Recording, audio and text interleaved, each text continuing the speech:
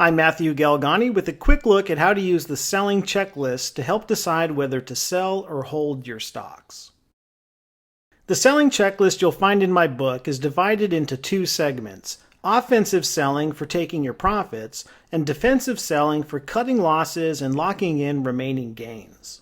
In separate videos, we cover the two main rules: take most profits at 20 to 25% and cut all losses at no more than 7 to 8%.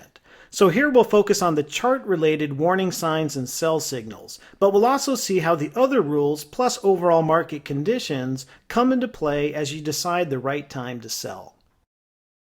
We'll do that with a simulation using Mercado Libre, known as the eBay of Latin America. The time frame is March to October 2011. Here's what Mercado Libre's daily chart looked like on March 25th, 2011. It was forming a double bottom pattern with a buy point of 75.24, 10 cents above the peak in the middle of the W. On March 28th, it broke past that buy point.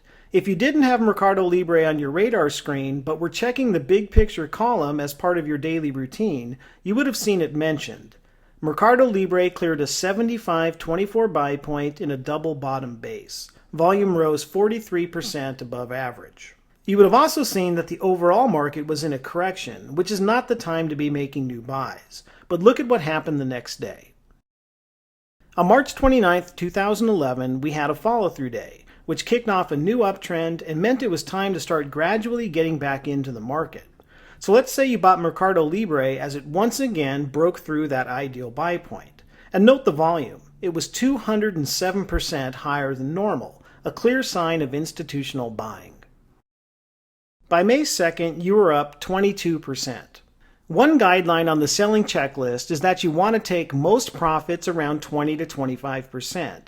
That's because most stocks will pull back and form a new base once they go up that much from the ideal buy point. But let's say you decided to sit tight. The very next day, May 3rd, Mercado Libre dropped sharply and closed at the bottom of its range for the day, then continued lower the next day too. And look at the volume. It was rising as the stock pulled back. It came in 70% higher than normal on that second down day, a sign that at least some institutional investors were dumping shares. And what was going on in the overall market? On May 4th, the outlook shifted to market in correction. So the market was in a downtrend, and your stock was starting to sell off on rising volume. That's certainly a sign that it could be time to take defensive action.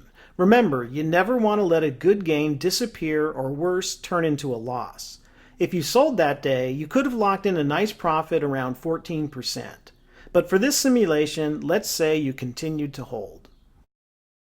The stock tried to rally, but ended up just seesawing up and down. Then on June 1st, it had a bearish reversal. It tried to rally, but then came down sharply by the end of the day. And look at the volume. It was 83% higher than normal, and much higher than on recent up days, a clear sign of institutional selling. So this was yet another opportunity to take defensive action, and you could have locked in a 15 or 16% gain.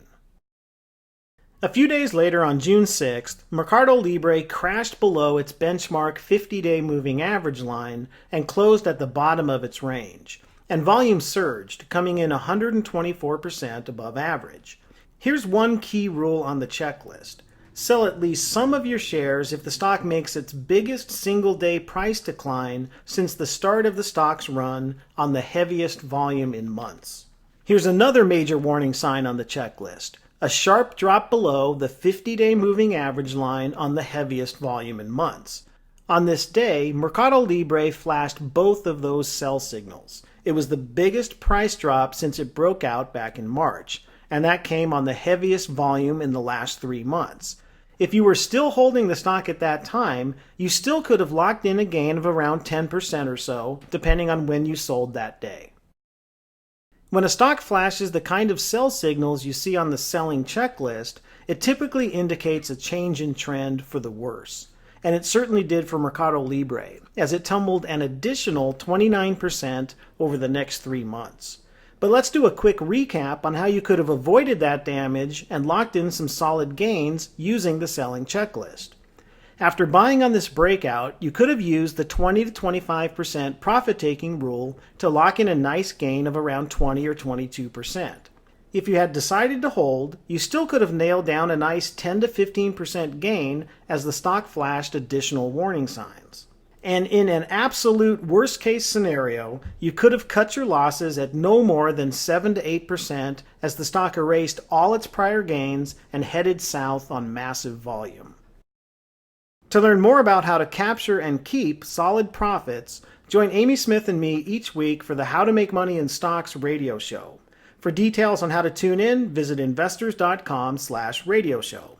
Thanks for watching.